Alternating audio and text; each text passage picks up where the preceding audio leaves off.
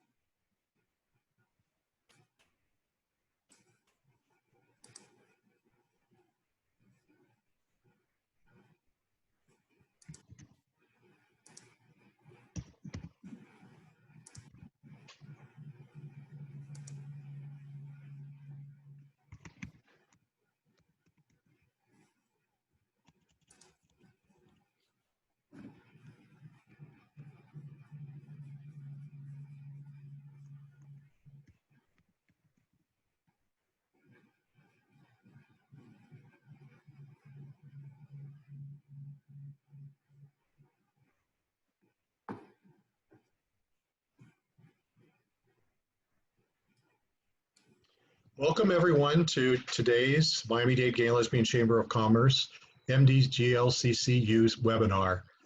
We're still waiting for our participants to get on board, and we will start here in just a couple minutes.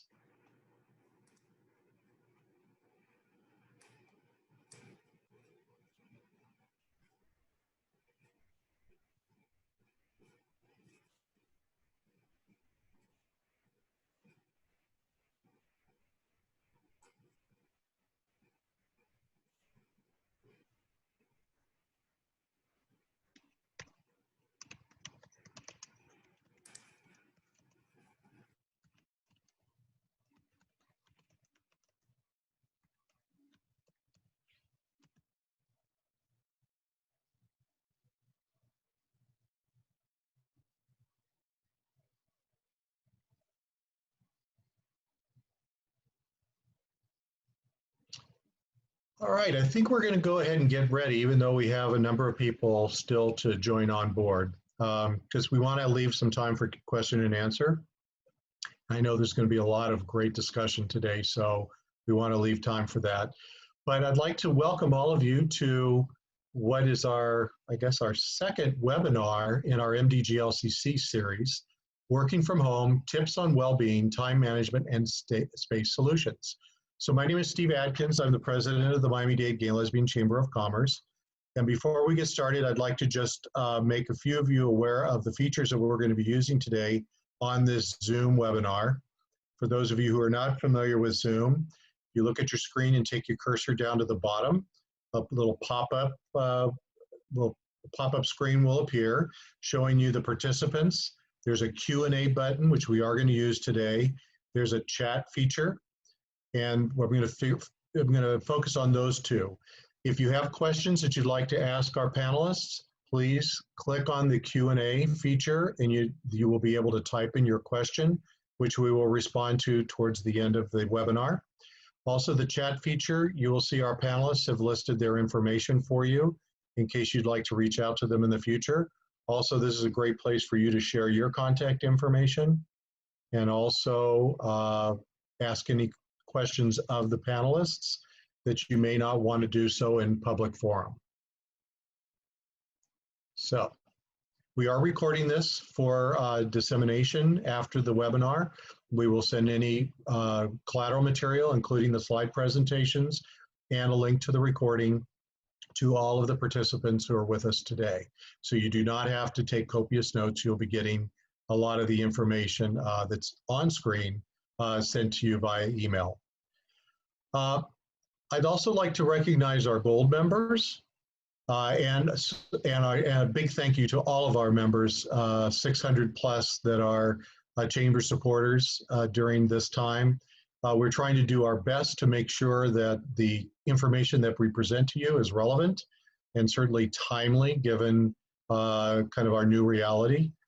our MDGLCC webinar series includes our coffee chats, our luncheon chats, and these informational webinars. The next webinar will be on June 11th, which is a Tony Robbins session on key performance strategies.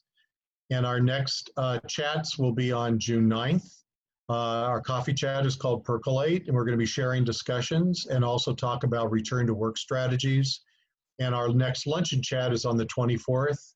We're going to have representatives from the SBA and from local lenders to talk about the revised PPP and other disaster assistance programs, and specifically honing in on the reporting documentation that you're going to need in order for either part of the loan to be converted to a grant or to be converted to a loan.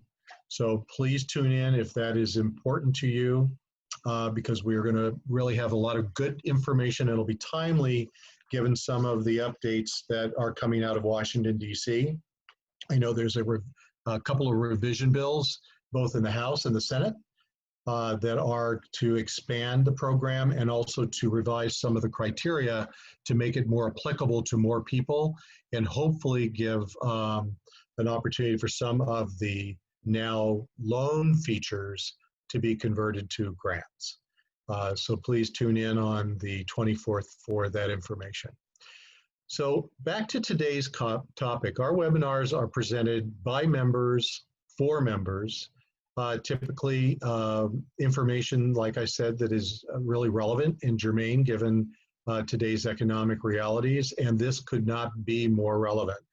So talking about tips on well-being, time management, and space solutions, I think given how quickly we've had to come up to speed on this learning curve to understand the impact of a virtual world and conducting ourselves in this virtual environment has been very stressful and has also required an awful lot of invested time and energy by all of us to try to realize, you know, what are some of the new concept realities? What are some of the new best practices? How do we employ space and equipment solutions to this new environment? And certainly, how do we take care of ourselves? So with us today are three experts in this particular area: Dr. Dan Sheridan of Authentic Self Counseling Group, who is an LGBT owner; Thom Qafzezi, sorry Tom, who is the owner of Molto Crescendo, a certified LGBT business; and Karenly Espada from Ikea Miami, a strong ally, and Ikea has been a big supporter of our Chamber and Visitor Center for years and years. So it is my pleasure to turn over our webinar to Dr. Dan Sheridan, who will kick us off. Thank you, Steve. Let me pull up my presentation.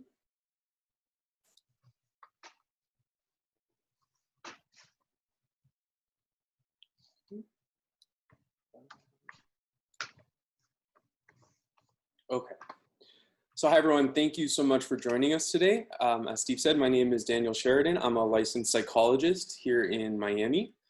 Just to give you a little bit of information about myself, I'm the owner of Authentic Self Counseling Group, which has been established since 2017. I provide individual counseling for adults and teens. I provide couples counseling and psychological testing. I'm also in the process of an advanced training course in psychoanalysis, and I do have specialization and expertise in LGBTQ mental health. And that's a large percentage of my practice is working with LGBTQ individuals. So let's talk a little bit about working from home and well-being. So ever since COVID-19, there's been a massive shift from office-bound work to remote work from home. And although it may bring many benefits, there's also struggles that come with the work from home. And for many people, that could include unplugging after work, loneliness, not being in the office and interacting with coworkers and friends, distractions at home, whether that be television, the internet, friends, family, significant others in the house, and sharing that space and staying motivated. So when you think about your work and becoming productive at home, you have to consider the relational aspects, who you're living with. Is there isolation? Are you alone? And the personal, how you're doing yourself. So when we think about the professional, we have to consider two other things as well, the relational and the personal, because they all come together and impact each other. So the presentation on my part is going to focus on the professional, relational, and personal, and how that all comes together in overall well-being. So for the professional side, the best way to eat an elephant is one bite at a time. And that's an important perspective, I think, because when we are working from home, we are really caught off guard from our office life to our personal life. And our work responsibilities and managing everything going on now can seem like a massive, massive task. And it can feel overwhelming of how you're going to get things done, how you're going to achieve your goals, excuse me. So an acronym that can be helpful is a SMART goal. So goals that are specific, measurable, achievable, realistic, and timely. So rather than think to myself, I have to work today, really set goals for yourself as to what are you going to do today? What is your plan for the day? Make it specific. Rather than say, I'm just going to work today, say instead, I'm going to focus on working on my email inbox and clearing up the emails that have built up over time. Make it measurable. If you have 50 emails that are unread, find a number that you can accomplish that day or within a specific time period, and make it achievable. So make it challenging, but know that you can reach that goal so you're not setting yourself up for failure. Be realistic. Know what you're capable of doing. You may have a lot of work. There may be things that have been backlogged, but give yourself an opportunity to have a win. Do something that you can achieve in that time period that you're allotting for yourself, and make it timely. So set the goal, I'm going to do this in the morning. This is what I'm going to do for the day. This is what I'm going to do for the afternoon. So really set it into really bite-sized, achievable things that you can achieve in that time period that you want, so that you know you're getting things done, that you're accomplishing things, you're checking things off of your list. And over time, that elephant is going to be eaten one bite at a time. We also have to think about self-compassion and managing our own expectations. So we are in a pandemic, and that is not a productivity contest. As we set our goals and we adjust to working from home, we have to reassess our productivity output. Although we can be very productive at home and get things done, we may not be able to do things as quickly or as efficiently as we would have in our office. So as we work at home and we adjust to the work from home lifestyle, approach it with self-compassion. Maybe you can't do things that you used to when you were at the office, but what can you get done? And really contextualize that there's a lot going on right now in our personal lives and the world as a whole. It's very stressful, and we can't expect ourselves to be running at 100% because our world is upside down at the moment. So really practicing self-compassion. We also want to create a routine for ourselves. So in the switch from home, our whole routine may have changed. We have a Monday to Friday, or whatever your work schedule is, we have a schedule that we typically follow. There's a sleep schedule, the time we wake up, time we go to bed, what time we have lunch, when we take breaks. And now that we're at home, that may have all been shifted, or we may have lost our routine. And Tom's going to talk a lot about this in his time management presentation, but we have to find a way to create our own routine, even though there may not be an external routine that we no longer have. So finding a routine that also incorporates self-care, finding times to take care of for ourselves, to unplug, to do the things that rejuvenate us and give us energy to accomplish our professional goals. So aside from the professional, we also have to think about the relational. So we are social beings. We need to connect with people. We need relationships in our life, and a social support network, having others that we can talk to, connect with, reach out to, is one of the most important protective factors in establishing and maintaining well-being. So we have to find a social support network for us. And working from home, because of the pandemic, because of the quarantine, people may be very isolated. It's a lot harder now to hang out with friends, to be with people. We're much more stuck in our homes, and it can be very hard to find that connection. But as best as you can, try to find ways to connect with people so you have somebody to talk to. You're not lonely. You're not dealing with all this stress on yourself. On the opposite side, from isolation, we also may be sharing space with our significant other, our roommate, our family, kids, which can be very challenging as we juggle the responsibilities of work. So there may be conversations that we have to navigate with the people that we live with about how we share the space, who's working, how we respect each other, and really having those types of conversations where we feel heard, we feel understood, and we're getting our needs met so we can be productive and get our work done. Aside from relationship, we also have to think about ourselves. So due to the coronavirus and everything that has gone on, we've experienced multiple aspects of loss. So people have died, there's been loss of life, we may have lost our jobs or been laid off, our lifestyle is now different. The beaches are closed, we can't go to the movies, restaurants, happy hours, all the things that we once had in our life are no longer here, and they're slowly coming back. But these are lost experiences for us, and that can bring up feelings of grief. So in being home, you may have felt angry, sad, confused, difficulty concentrating. All of these are symptoms of grief. And to really understand that this is a lost experience, and to have compassion, to understand ourselves better, and to understand at a broader picture that these things may have propped us up in a way and offered us distractions from our personal life, and really looking inside ourselves. And now that we don't have the external distractions, we're really left with ourselves. It's important to ask ourselves, do we like the life that we have? Are we happy with ourselves? Are we happy with our relationships? We can't distract ourselves and run away from our problems. We really have to deal with our problems a lot more. So I want to ask Scott if he can throw up the poll question for you all, just to get a pulse as to where you are with everything and how you've been feeling. So below are some common reactions after an infectious disease outbreak. So from the options below, please select the following that applies to you. And it can be more than one.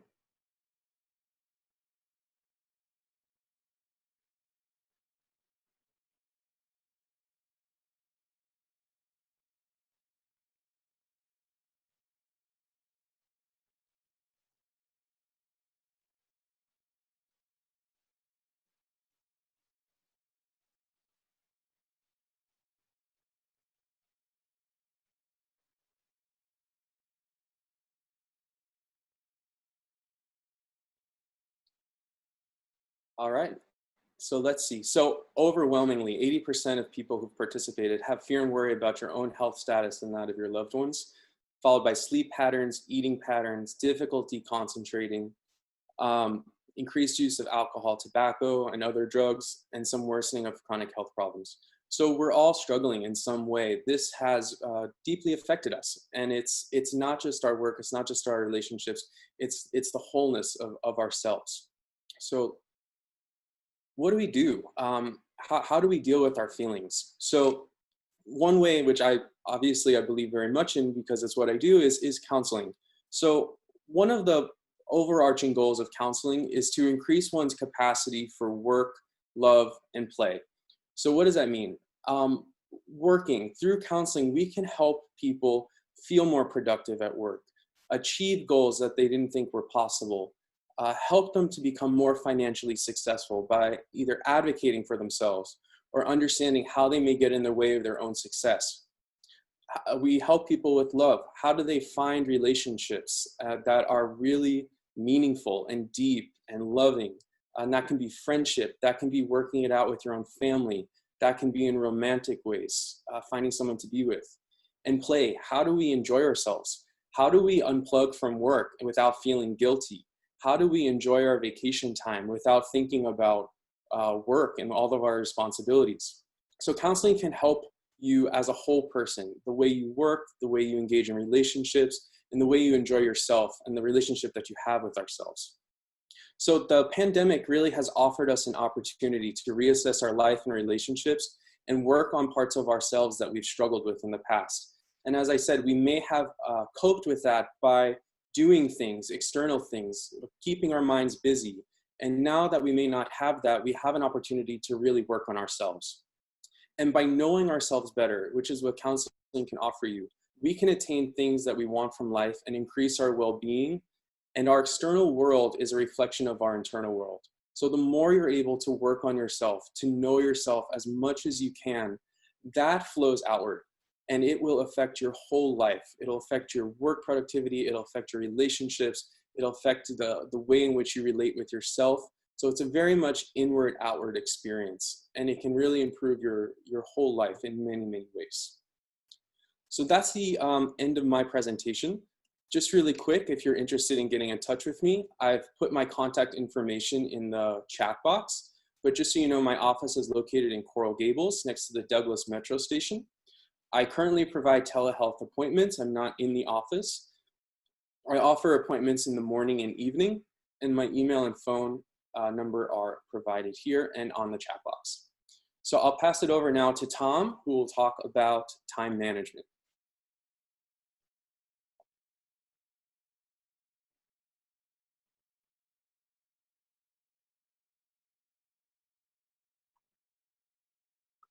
Helps if I unmute. As I was saying, Dan, thanks for sharing those insights. I think that counseling's been really helpful for me and my family as we've navigated this crisis. And so big proponent of that as well. Thank you. You're welcome. I'm going to share my screen real quickly.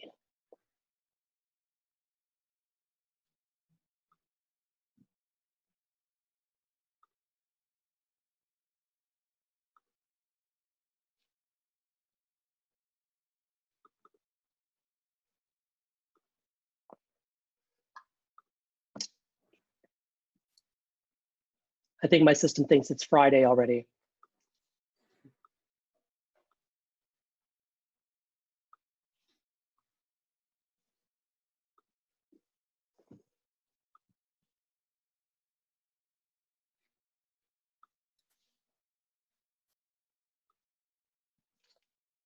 Scott seems to not be working as well as it did yesterday. There you go, Thom. You're all set. You got it in there? You're good to go. Awesome. Thank you. Thank you. So good afternoon, everybody. I'm so excited to be here with you on this Friday Eve. I don't know about you, but I'm waiting for tomorrow to get here quickly. Couldn't get here fast enough for me. Just real quickly, a little bit about myself is I'm Thom Qafzezi, and I'm the founder and CEO of Molto Crescendo. I'm also a trusted advisor to business and HR leaders and an organizational psychology expert. And my company focuses on providing talent development solutions that can help leaders and teams within the mid-market and Fortune 500 companies level to thrive. And we do that through facilitated workshops, executive and team coaching, as well as providing strategic planning and human capital consulting. And I have a team of experts that are across the United States with expertise and experience across all industries and businesses. And like most of you through this pandemic, I've really found that we needed to focus on new ways of delivering our services. So while we offered some services virtually in the past, we've now had to pivot, as I think most of us have, to providing those virtual options for the majority, if not all, of our services. And once again, I really appreciate Daniel's discussion of well-being, because I think that we tend to forget about taking care of ourselves in the midst of handling all of the priorities that we have, both at work and at home. And I think that part of focusing on our well-being is working to reduce some of the workplace stress that we encounter while we're trying to manage all of those competing and mounting priorities. And that also means that we have to understand what boundaries that might be getting in the way, or what barriers might be getting in the way. So just to get a real quick pulse check, Scott, if you will, let's go ahead and launch the poll. And what I'd like you to do is identify the top 3 barriers to managing your time effectively.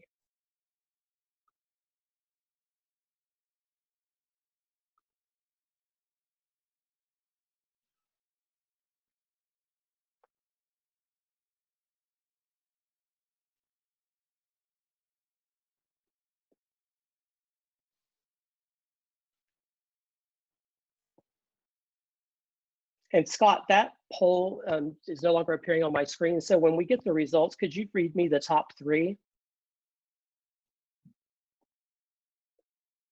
Thank you. It came back up. Great. So the first one, 69% of you said that competing priorities was number one, and followed by interruptions and distractions, followed by procrastination, planning and prioritization, and then overcommitting. That's a big one, as well as disorganization and physical space. So we're going to be addressing a number of those. We're going to be addressing a number of those throughout my presentation, but just know that we're going to be really addressing the majority of them because the underpinning of the three that I'm going to be discussing, or the three that I'm going to be discussing, are the underpinning to many of those stressors or those barriers that were there on that list. So the top three barriers that we're going to focus on are prioritization, planning, and interruptions and distractions. There's so much that could be said for each of these, but because we have limited time together, I'm going to be sharing some really quick hits, some high-level hacks to help you gain traction on better utilizing your time. I'm sure that this quote, I love this quote, but I'm sure that it probably resonates with many of you. It certainly resonates with me because I happen to be a CEO who also has the pleasure of being blessed with attention deficit disorder. So that pictorial is like my brain on any given day or moment. So prioritization is an important first step to better utilizing your time. It helps us ensure that we're focusing on the most urgent and important tasks and activities first. Because in absence of that prioritization, we run the risk of focusing on that fire in the moment or on the activities that we might enjoy doing more than the task that actually needs to be done. So let's look at some quick prioritization hacks.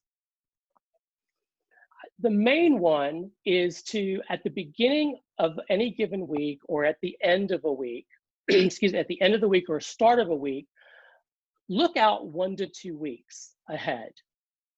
And as you do that, begin to make a list of the most important tasks and deliverables that you need to accomplish.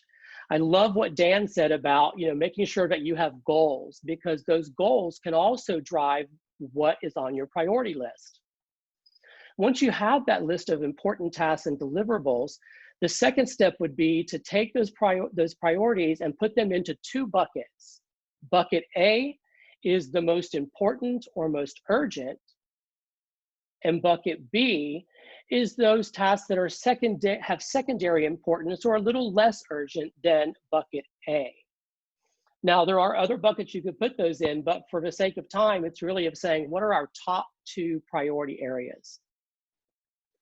So this list will serve as a starting point to ensure you have a line of sight into what's the most important and urgent tasks that you must complete over the coming 2 weeks.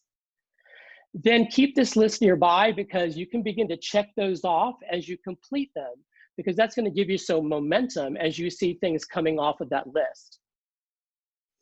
And you can keep a physical list. Some people like to take it on a sheet of paper. Some like to put it into a journal. What works for me, and it might work for you, is to put it on a running list in an Excel document. Because if you have that list in an Excel document, you can put your bucket A or B in the column next to each task, which allows you to sort them in order of priority. Also, as we know, someone's going to lob new priorities at you, and as those new priorities begin to come in, you can add them to that running list and do your sorting based upon priorities of A or B. So our next barrier we're going to talk about is planning. And I like to call it the twin of prioritizing because they really work hand in hand together. So many of us probably feel like we ran a marathon at the end of the day. We might think, oh my God, where did the time go?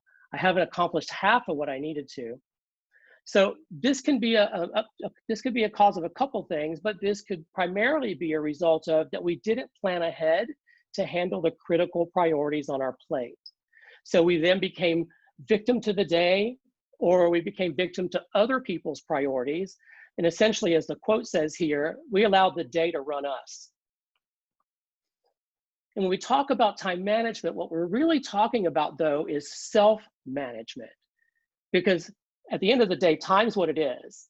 And your work day is a finite period of time, and we can get caught up in the day, and before we know it, it's escaped us. So we can't get more time in a day, but we can self-manage the way we utilize the time that we do have. And the better we are at planning how we use the time, the more productive we can be, and we can reduce the amount of stress that we might be encountering as we try to manage all of those priorities. So let's look at some top planning hacks. First, primarily, the first primary goal is, the first hack is become best friends with your calendar. Calendar everything. Pull out the deliverables for your A and Bs. Pull out that task list and then begin to block prep time on your calendar to back into those deliverables. Because what we might do is put, well, this report is due on this day, or I need to deliver this on this day, but we fail to back into those deliverables by blocking out that prep time to get the things accomplished that will actually deliver that task or that activity. And then most importantly, once you put the block on your calendar, don't move it. I mean, you can move it, but never delete it. Because remember, it's tied to an important task or to an important deliverable. So the last thing you want to do is delete it, and then that just go off your radar screen. More importantly, just make sure that you're consciously moving it and knowing that if you move it too far out, you're going to also have to move out that deliverable date as well. Some additional things that we recommend blocking on your calendar as well is planning time. So we've just talked about looking 2 weeks out and doing that prioritization work. So we said what we recommend is to do that on a Friday at the end of the day or first thing on a Monday morning. So make sure you're blocking that time out as well for that planning and prioritization. Also, what I found helpful for me is, because I kind of want to work on everything that's there at top of mind for me, or the fires that are coming at me, is I also like to block out intentional time for check-ins and follow-up with my clients, with my colleagues, and with my employees. So I like to even block that out so that it forces me to know that, you know what, in this next hour, it's my time to connect with people on these specific deliverables or priorities, or sometimes just checking in or giving feedback or doing some coaching with my employees. And for me, I got to take a little far probably, is I even block out time to reach out to my friends for scheduling virtual happy hours, which I think is very important. So don't forget that. Also block out daily time for responding to emails and phone messages. If you're like me, I tend to see that thing pop up on the screen. And I'm like, let me respond, or my phone dings, or a Facebook thing pops up, and I kind of get a little nuts. So I like to block out that time for responding to those types of things. Also, blocking reflection time. And this is something I think many of us, especially the leaders I work with, fail to do because we're so busy. But it's important to block out some reflection time, whatever works for you, whether it's at the end of the week or midweek, to reflect on, where am I in relation to my priorities? How well am I handling my time? What's going well? And where might I need to shift the way I'm handling these things so that I can manage my time better? And then lastly, making sure that you're blocking out time for personal things such as exercise. If you do morning meditation, block that out. Lunch, super important not to go a whole entire day without eating, because that affects your ability to focus and maintain your motivation. And also blocking family events or important family events also, so that you're actually working your work time around your personal time. And then our final barrier that we're going to discuss is interruptions and distractions. So distractions come in so many forms. Most of them are probably imposed on us by others, but they can also be self-imposed. And they both require our attention because they tend to be what gets in the way. If you're like me, this quote hits home because I often find myself looking and seeking out distractions when I have to handle a task that I don't really want to do, or if it's just something I don't like. So it's super important for me to understand how to handle those.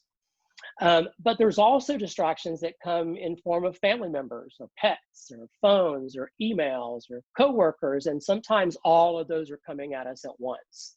So let's take a look at our final hacks that we're going to look at today.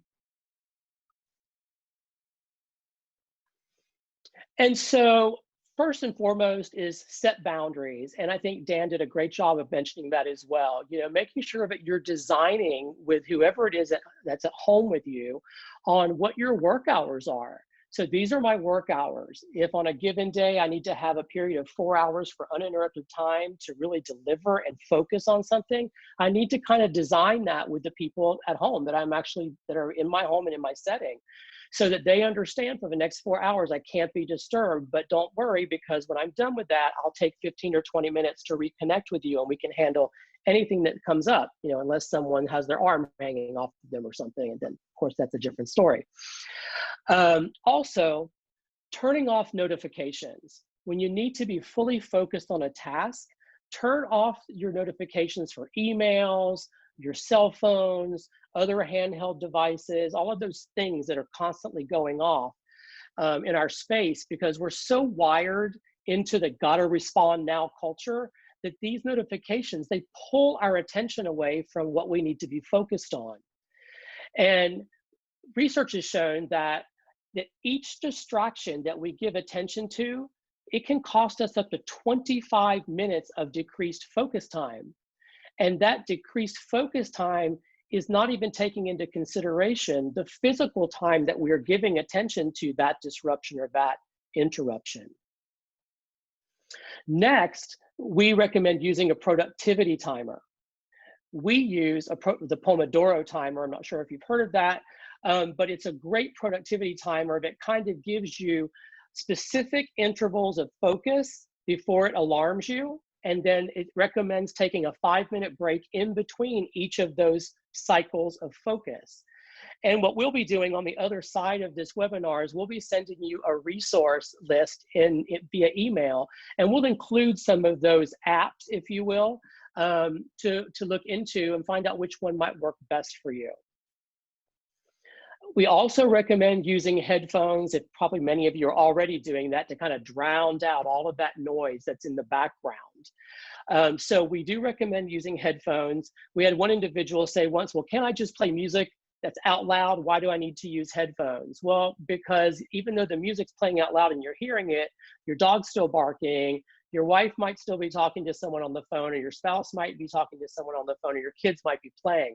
So it's really important to get that stereophonic sound, if you will, just kind of like in between your two ears so that you're not distracted.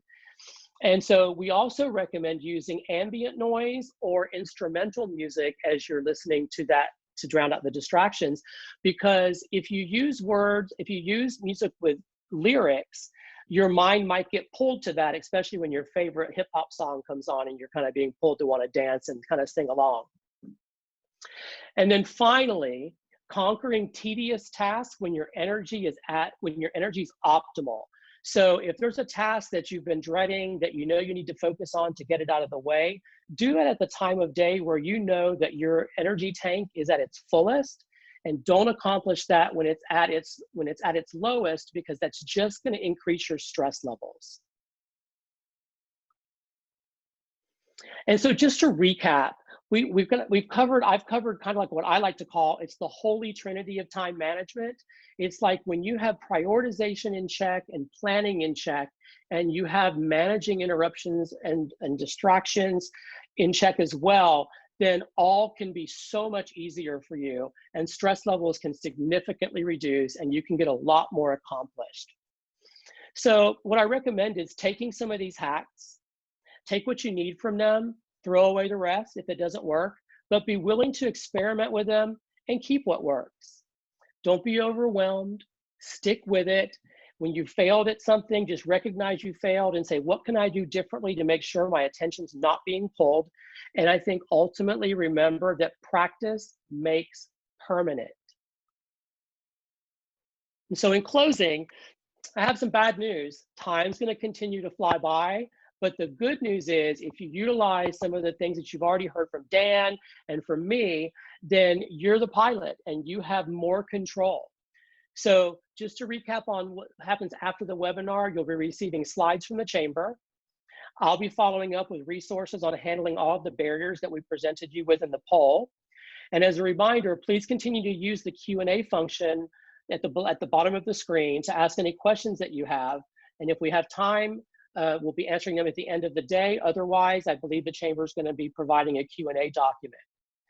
So in closing, one of the boundaries to successful time management was physical space. And that's a perfect segue to turning this over to my friend, Karenly from Ikea. Thank you, Tom. Thank you so much. And thank you for such great hacks. And I must say that it's not only applicable to work from home, but I will apply them when I'm here at work. Thank you. You're very welcome. All right, well, welcome everybody. First of all, I want to thank the Miami-Dade Gay and Lesbian Chamber of Commerce for this wonderful invitation. My name is Karenly Espada, and I'm the loyalty manager for our beautiful store here in Miami. I've been with IKEA since 2014, and this is my first job in retail. And I oversee right now all the community relationships, anything that has to do with the media, marketing, the IKEA family program. And I must say that I'm super proud to work with a company that practices great values, such as the diversity, equality, and inclusion. And going back to our subject, I want to share some of our IKEA approach to work from home to all of you. So let me go to my presentation.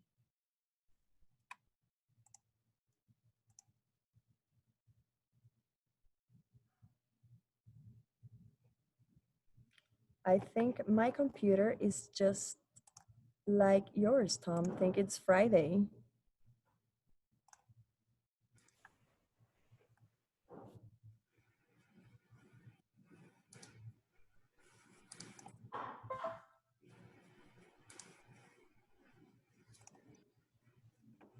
Just give me 1 second, please.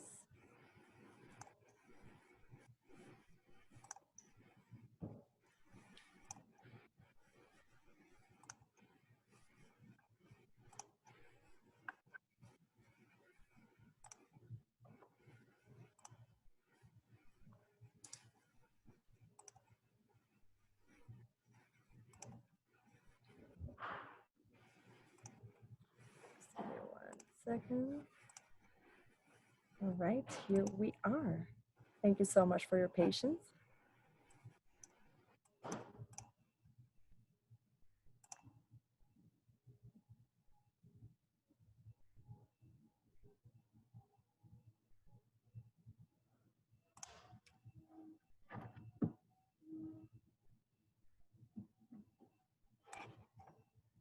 All right, everybody can see it?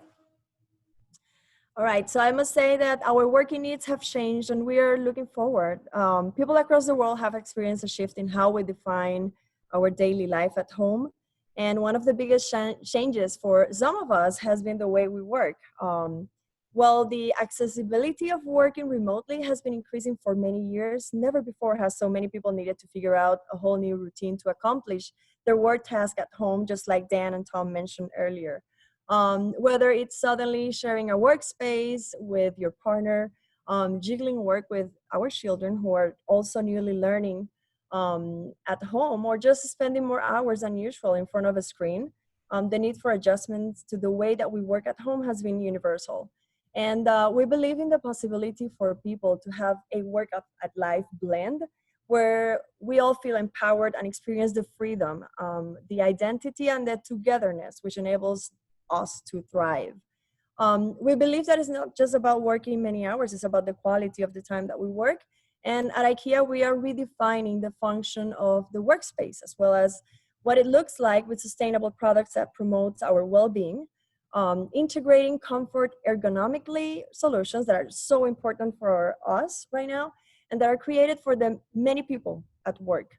Our mission at IKEA has always been to create a better everyday life for the many people and to improve the life at work for the many. And we understand that spending so much of our life at home can come with a lot of challenges that you guys already discussed earlier. And we're here to offer ideas and solutions to have all of us say, I got this. And together we all got this. We have a poll question. If we can upload that question, please.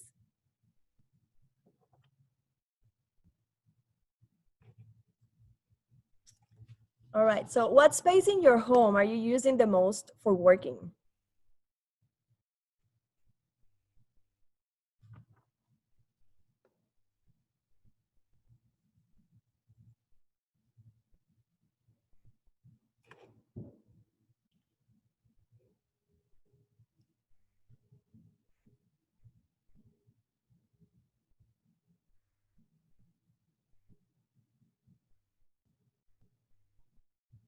All right, thank you very much. So we have the kitchen. Wow, this is awesome. The living room, the bedroom, spare bedroom, and then the terrace or other areas. This is awesome. So thank you so much for your feedback, because now we're going to talk about some affordable, relevant, and inspiring ideas that we've identified that might work for you to create a flexible and healthy way of working.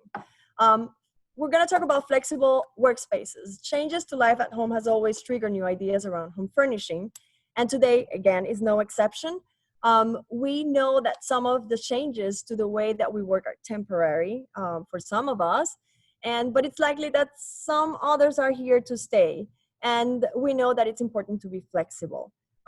Furnishing for work at home starts with learning what types of work activities are taking place and the needs of each individual. Some examples are of those activities are if you like to work alone, but with high concentration, or with music, just like Thom suggested. If you're going to be collaborating with another person, or if you like to eat while you work, or if you like to be relaxed, those are things that we need to take in consideration. It is also about learning your style and your color preference. And if you're like me, I practice Feng Shui. I should also take that into consideration regarding the color scheme and the placement of the furniture. Again, whether work is taking place on your living room or in your bedroom, the space should be comfortable, functional, and flexible so that it can be adapted to your needs. All right, so planning a workspace at home is not really all that different from planning a professional office. Just so you know, the main difference is that the space used for working also be a space for other activities, as you guys mentioned earlier, and perhaps even shared by other family members rather than colleagues. Now more than ever at this time when our call up onto #StayAtHome, home is where we must do everything. Just like Dan mentioned, home is our workspace, our school, and even our new favorite restaurant.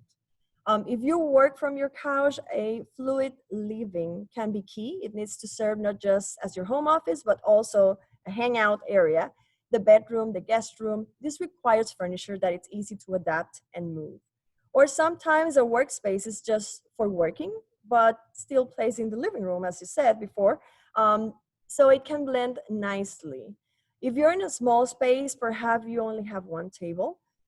This will be used for all activities in the home, like working, eating, playing, games, and socializing. Mixing a work share with the dining chairs allows for all those activities to happen around one table. And here you're seeing some of those examples. I mentioned earlier ergonomics, and it's really important to create the most comfortable working environment to suit you. Working for longer periods of time while sitting or standing in a bad or uncomfortable position can cause neck and back injuries, as well as other serious health problems. And I'm sure this is not the first time that you hear about this. Find out what you can do to create an ergonomic workspace and learn about the different quality tests we carry out and the materials we use, right? So what's an ergonomic workspace? So an ergonomics is about designing products or environments to make them safe, comfortable, and An ergonomic workspace is one that is customized to your personal needs, allowing you to work in a comfortable and safe way. For example, you're gonna see I'm going up right now. This is a sit and stand desk, and I can move it. I can work standing, I can work sitting, and it's helping my back, it's helping my neck, and it distributes also the weight of my body with the ergonomical chair that I'm using. When you feel good at work,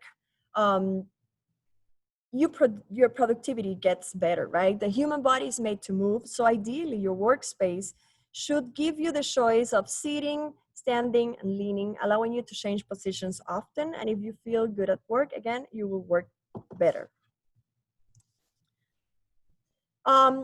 The chair, choosing the right chair, the desk, as I mentioned, the monitor or lamp can help create a comfortable working environment, but it cannot correct a bad posture. Making sure you adopt a good posture when sitting or standing for longer periods to avoid injury. And here are some tips how to create a comfortable workspace. So when you are sitting, a height adjustable chair can be adapted to the length of the user's legs. You can see it here. And you should be able to stretch your legs under the table and turn 90 degrees to the left and right for freedom or flexibility. You can try that at home right now. The height, you choose the height of an adjustable chair. When standing, the height is the point of the seat. The point of the seat should be just below your kneecap. And you should aim for an even distribution of weight. Raise your chair if you feel pressure near the back of your seat. But if you feel pressure near the front of your seat, you should lower your chair. This will improve the circulation of blood and reduce the risk of swelling. The lumbar support, a chair with lumbar support will receive a small, relieve the small part of your back from tension caused by tiredness. The tilt of the back support should allow you to sit with your upper body slightly reclined. It's recommended 110 degrees. And the armrest can provide support to the upper part of your forearms and reduce the stress on your shoulders and back. I can show you, I don't know if you can see here from the back side, here are some of our ergonomical chairs, besides the one that I'm showcasing in the presentation. All right, so how to set up and use a flexible workspace for your well-being. You need to also keep in mind that an active sit and stand support is a perfect complement to a sit and stand desk. And it helps you to vary position during the day. A height adjustable desk is ideal as it allows you again to change the position often. Alternating between sitting and standing will again reduce the risk of injury and increase the circulation. And when you're comfortable, your productivity goes up to the sky.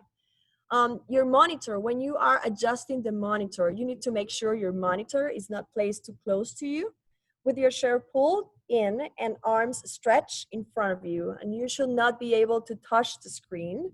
The monitor should be placed directly in front of you with the top just below eye level. Placing the monitor is too high can cause neck problems. And for longer periods at your monitor, make sure your arms and wrists are support as well. The keyboard and mouse should be placed around 10 to 15 centimeters from the edge of the desk, so that the wrists are supported, but not too far that your neck and shoulder will suffer. When you're leaning, a standing support enables a position between sitting and standing, and it's ideal when you have height adjustable desk. And I know that it might sound strange, but when you use one of these chairs and you're leaning, it's super comfortable, and it can prevent you from different back aches. It provides the freedom of movement for your upper body and lower body. It activates and strengthens the core muscles of your body. And it also gives you an open posture, which improves also the circulation and the metabolic rate. No. Let's talk about lighting. Lighting is not only about decoration. It has a huge impact in our productivity as well. The good lighting is vital for any workspace. Weak or poorly direct lighting can result in eye, neck, and back strain. And to provide ideal lighting, you should consider a combination of general lighting, mood lighting, and task lighting. A desk lamp is a type of task light that provides a concentrated beam of light over a limited area, a very restricted area, right? So this is useful when, for example, focusing on paperwork. General lighting provides a uniform light throughout the whole room. That should be your main light bulb, your main lamp in the room. And then mood lighting provides a cozy feeling and softens the contrast between general and task lighting. It is recommended to place the lamp on your left side if you're right-handed, to reduce the shadows, the task lighting specifically. Computers near a window should be roughly placed at 90 degrees angle to the window in order to avoid the glare.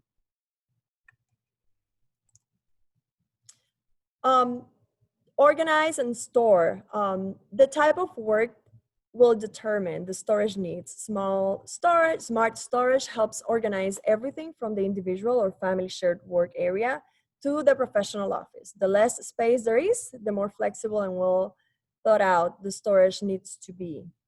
And we also have filing cabinet systems that can go under the desk that are also super convenient and super affordable. And here you can see some of the examples and inspirations of the storage solutions. Cable management. I'm sure most of us have gone through at home with the cable management situation, and it is important not only for the looks but also for safety. Most homes are challenged by an overwhelming amount of cables. Even wireless solutions are not entirely wire-free, and cable management solutions helps to organize and hide away cables, and it looks nice, makes it look cleaning. The cleaning, it's easier at home, and it keeps cables safe and out of the way. Also, chargers, it's another request that we've encountered with our customers, because they need to have, we recommend that they are placed in a natural area of the home or the office near a socket where it is easy and convenient to reach and use, and it may be a hub for charging several devices at the time or between phone calls. Here are some of the examples of the solutions that I've mentioned earlier. For example, the textiles, it adds comfort to the feeling of the home. Here is some mood lighting, which provides, as I mentioned earlier, a cozy feeling. Oh, sorry. We have the date light, but we are using textiles also to have some natural lighting coming into the room. We have a height adjustable desk, which is ideal and allows you to change position often. Here is some storage solutions. We place that under the desk, and this is a task light, an ergonomical chair, and general lighting. Now we can talk about the most important people, because we talk about the furniture at home, but we also at IKEA, we believe children are the most important people in the world, and the home should always be a safe place for children to learn and grow. Children should have opportunities every day to create, use their imaginations, and engage in physical activity. Above all, staying home means quality time for families with children to be together and play. Going back to the different hacks that Thom were giving us, some of the tips that we can provide is that, well, kids thrive on a routine, and it's wise to maintain whatever schedule works for your family. It couldn't hurt to add a little excitement to these days with something less predictable. You can list, for example, everyone's favorite activities, art projects, games, baking, a backyard picnic, and you can let the kids spin a wheel or grab a bag to randomly pick something to do. It can also be extra challenging to manage work-life balance while working from home with your family. So it is recommended to set an alarm, just like Thom mentioned earlier, that will alert you to break times and quitting times. And that alarm can also help school kids to manage their own schedules and know when it's time to switch classes or when it's time for the break. Also, another area that we need to think about when we work from home is the kitchen. The life goes around the kitchen, and breakfast, lunch, snacks, and dinner at home means a good portion of our lives today. Our life that today revolves around food. Shopping for it, storing it, preparing meals, and eating requires planning as well. A little inspiration and some tools to make it all a little bit easier. Home may just become your new favorite restaurant. And another tip, going back to what Tom recommended, planning out menus for a week or two means more efficient trips to the store. Buying pantry staples and only those fresh ingredients you plan to use means less waste as well. Making enough dinner for lunchtime left over is a great way to stretch out your meals. Clear, stackable food savers make it easier to stock up and use whatever you have. So thank you, gracias, and as we say in Swedish, tack for your time and for this beautiful opportunity. I'll pass it on to Jorge or to Scott. Yes. Thank you very much, Karenly, and good afternoon, everybody. My name is Jorge Richa. I'm the Director of Marketing and Programming for the Chamber. We want to thank definitely all of our presenters. As you can see, it's very encompassing. We've got a list of experts providing this information. When we're putting this together, we didn't know how it well is going to go given the time frame that we had. Unfortunately, because of time, we have run out of time for Q&A, but we are going to still continue to stay and remain. At least we're going to have an opportunity to answer one question for each of the panelists. So if you want to stay with us, that'd be great. If you will not, we definitely appreciate you coming on board with us today. As we mentioned, we will be sharing their presentations and a copy of this webinar through email to all of you that attended today. But we'll proceed with our Q&A for a little bit here. The first question being raised is, how can counseling help with my business and productivity? Yeah, sure. So as I said in the presentation, counseling can help you to become more able to identify barriers to your own success, ways in which you may get in the way of yourself in terms of your own goals in life, your own ability to get promotions, to advocate for a higher salary at your job. So counseling can free you up to become more able to access the strengths and talents that you have inside and bring them into the workplace, to become more skilled in having conversations with your boss, with coworkers, to close the deal, to advocate for your needs. So those are just some ways that counseling can help you in the workplace. Great. Thank you very much for that feedback. Tom, the next question is, you talk about the timing for it and time management. Is there a time on the day that we as human beings are more productive, or by experience that you see that this time management, either organizing or going through the day, is more productive than the other?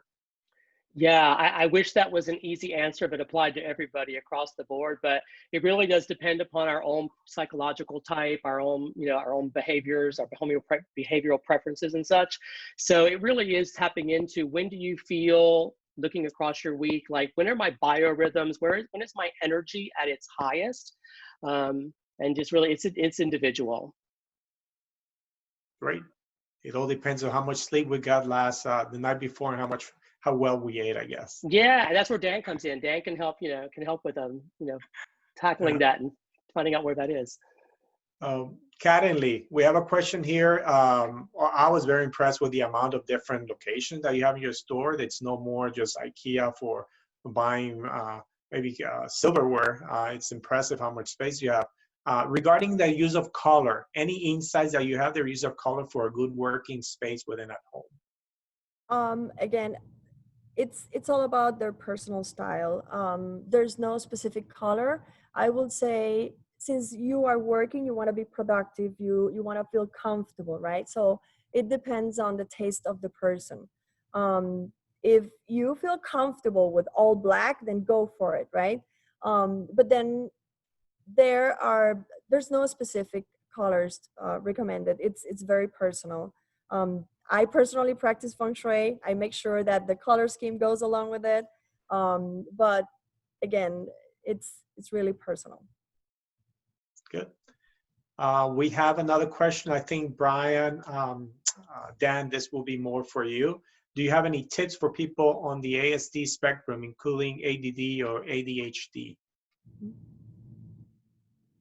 Yes. Let me think about that. So ASD spectrum is going to be a little bit different than the ADD, ADHD spectrum. So for ASD, autism spectrum, you're really going to want to look at contingency management, meaning reinforcing behaviors, really setting yourself up with a schedule, achievable goals that have a positive reinforcement built in. And honestly, you know, that can even apply to people with ADD, ADHD.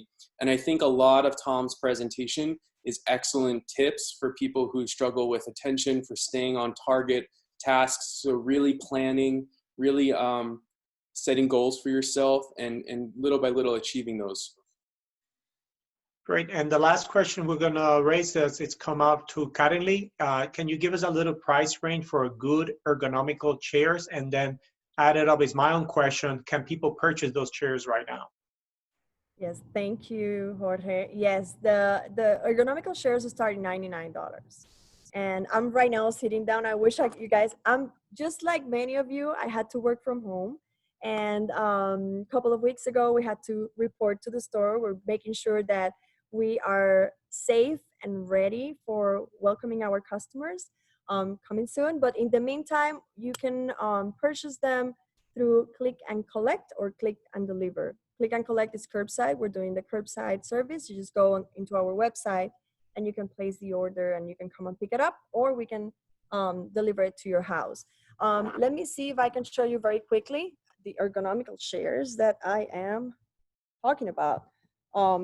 They are super functional. They are very practical. I don't know if you can see it, but you can recline on it. You can lower it. And here are other ergonomical chairs. We have in fabrics, we have leather for different colors, different taste, depending on the need and the use of the person that would like to purchase them. Well, thank you for that, Karenly. And we will be following up with everybody, providing all their contact information. You can contact directly Karenly, Dan, or Thom. I want to thank them all for their expertise on sharing all their tips and information today. I also want to thank everybody for attending our webinar. I invite you to visit gaybizmiami.com for our upcoming webinars. Steve mentioned to you the next one is on June 11th with Tony Robbins in his key strategy session. You won't want to miss that one. It's going to be very energetic and important as you kind of move into this new world of working from home and moving forward. With that in mind, I want to thank you once again. I'm hoping you have a great rest of the week. Take care, everybody. Thank you.